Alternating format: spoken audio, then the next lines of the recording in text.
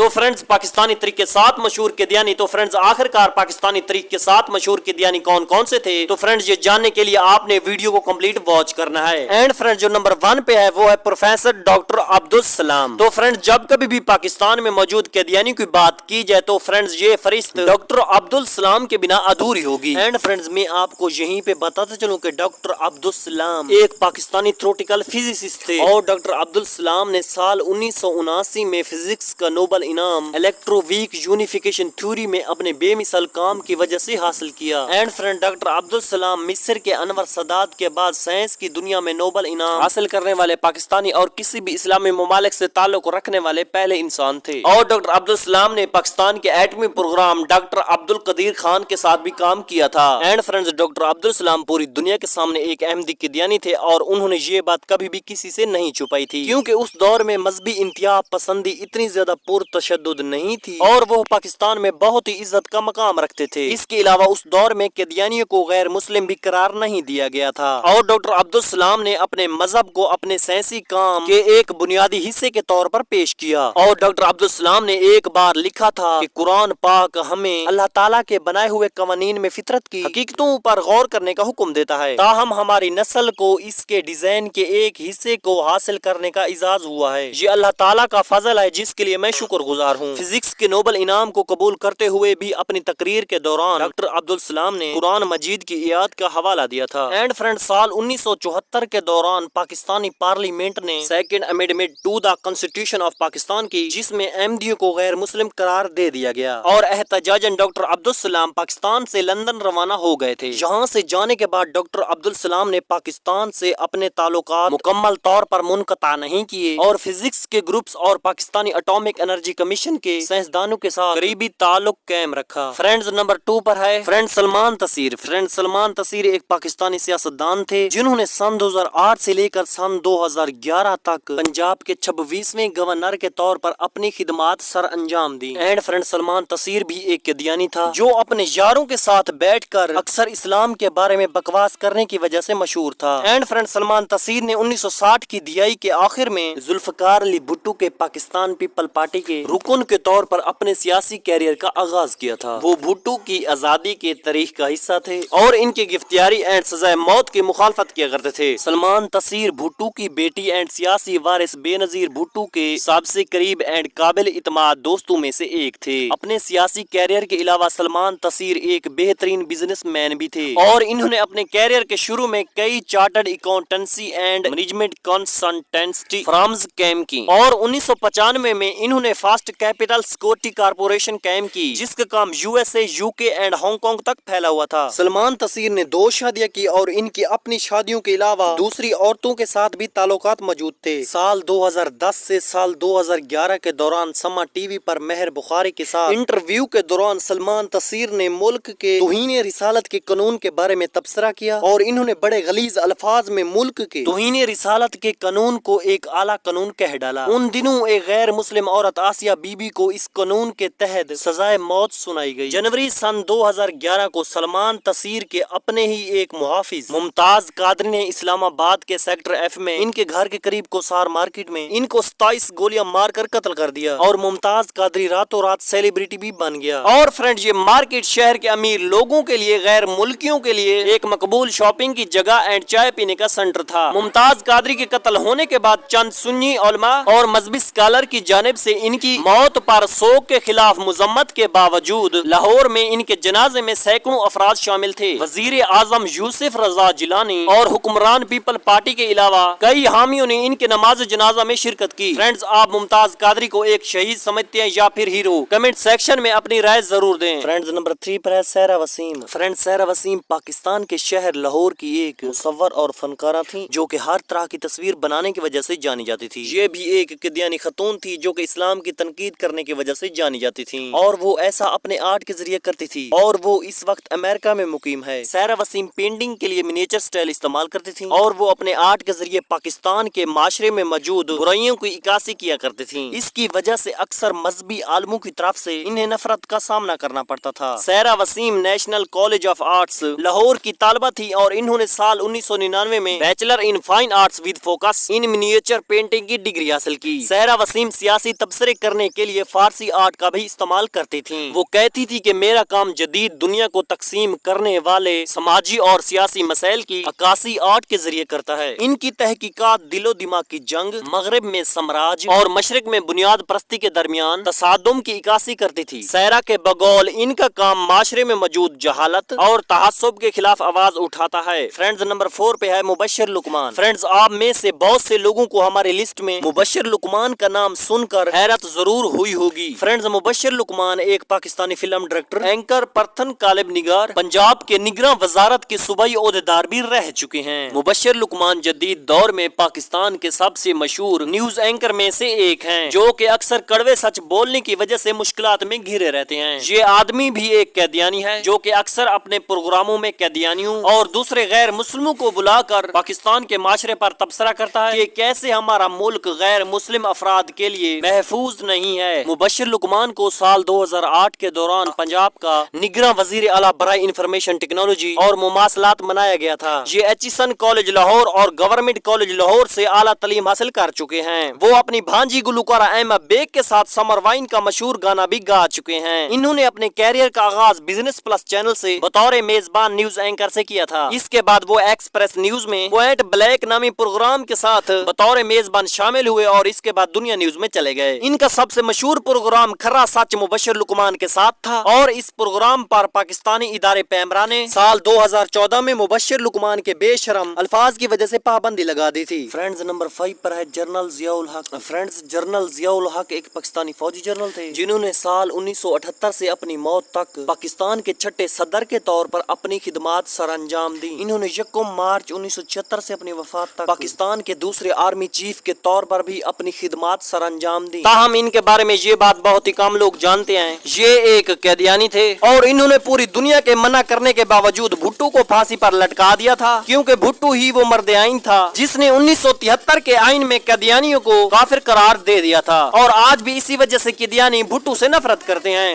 اور ضیاء الحق کے والد ایک لاہوری احمدی تھے، جنہوں نے جنگ عظیم دوم کے دوران شملہ میں احمدیہ جماعت میں کام بھی کیا تھا۔ ضیاء الحق نے قیدیان شہر میں سال 1944 میں قیدیانی احمدی اینڈ سالانہ جلسے میں شرکت بھی کی تھی۔ انہوں نے اپنے بیت فارم پر سگنیچر بھی کیے تھے، جس کی تفصیلی رپورٹ آج بھی انٹرنیٹ پر موجود ہے۔ اور اس کے ساتھ ساتھ ضیاء الحق اور اس کے والد قیدیانیوں کے رسالے الفضل کے باقاعدہ سبسکرائبر کے طور پر بھی درج ہیں۔ ضیاء الحق اپنے ساتھی بریگیڈیئر اعجاز احمد خان کے ساتھ لندن میں قیدیانیوں کی الفضل مسجد بھی گئے تھے۔ ضیاء الحق نے 2 مشہور قیدیانیوں کو پاکستان آرمی میں بڑی پوسٹ پر بھی لگایا اور انہیں آرمی سرجیکل یونٹ کا انچارج بھی بنا دیا۔ فرینڈز نمبر 6 پر ہے نجم سیٹھی۔ فرینڈز نجم سیٹھی ایک پاکستانی سیاسی تجزیہ نگار اور صحافی، بزنس مین اینڈ سیاستدان اور کرکٹ ایڈمنسٹریٹر ہیں، جو کہ Pakistan cricket board management committee کے چیئرمین بھی رہ چکے ہیں۔ وہ فرائیڈے ٹائم اینڈ ونگارڈ بک کے بانی بھی ہیں۔ وہ پاکستان کے نگراں وفاقی وزیر اور وزیر اعلیٰ پنجاب کے طور پر بھی خدمات سر انجام دے چکے ہیں۔ باحیثیت صحافی وہ ایک آزاد خیال قسم کے سیاسی منتصر ہیں، جو کہ فرائیڈے ٹائم کے چیف ایڈیٹر اور پاکستان سپر لیگ کے چیئرمین کے طور پر بھی اپنی خدمات سر انجام دے چکے ہیں، اور وہ اکثر اپنے پروگراموں اور اخبارات میں قیدیانیوں کے حق میں آواز اٹھاتے رہتے ہیں۔ وہ پہلے جیو نیوز پر پرائم ٹائم کرنٹ افیئر شو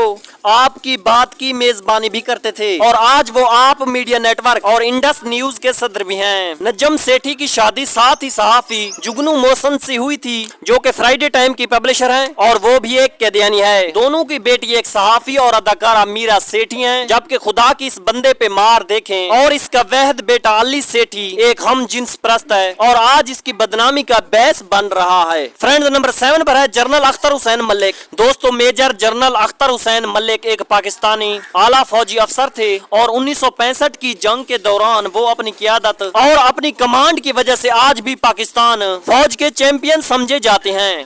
جنرل صاحب 1965 کی جنگ کے ایک وار ہیرو تھے، اور وہ ایک قیدیانی تھے، اور وہ اپنے مذہب کو بالکل بھی نہیں چھپاتے تھے۔ جنرل اختر اپنے ساتھیوں میں اپنی پرکشش شخصیت اور بے دھڑک اور حکمت عملی اور تیز سوچ اور حب الوطنی کے لیے جانے جاتے تھے۔ حالانکہ فوج میں ان کی بہت زیادہ تعریف اور احترام کیا جاتا تھا، مگر मगर वो अक्सर अपने साथियों के साथ सख्त रवैया रखते थे। इन्होंने सदर पाकिस्तान अयूब खान की सरपरस्ती में ऑपरेशन जब राटल और ऑपरेशन ग्लैंड्स लैंड की मंसूबा बंदी भी की थी और ऑपरेशन के इब्तदाई मरहले में कामयाबी से निमटने के लिए खास तौर पर बैटल ऑफ चंप पर कामयाबी हासिल करने पर इन्हें हिलाल जुर्रत से भी नवाजा गया, जो कि पाकिस्तानी आर्मी का दूसरा सबसे बड़ा बहादुरी का अवार्ड है। जनरल अख्तर की मौत तुर्की में एक ट्रैफिक हादसे में हुई थी। तो फ्रेंड्स ये थे पाकिस्तानी तारीख के 7 मशहूर किदियानी। तो फ्रेंड्स इनमें से आपको कौन सा किदियानी पसंद है तो फ्रेंड्स आपने मुझे कमेंट करके जरूर बताना है। तो फ्रेंड्स मैं उम्मीद करता हूँ आपको ये वीडियो पसंद आई होगी। तो फ्रेंड्स अगर आपको ये वीडियो पसंद आई है तो फ्रेंड्स आपने वीडियो को लाइक कर देना है और चैनल को सब्सक्राइब कर देना है। मिलते हैं इससे न्यूज जबरदस्त वीडियो में। बाय।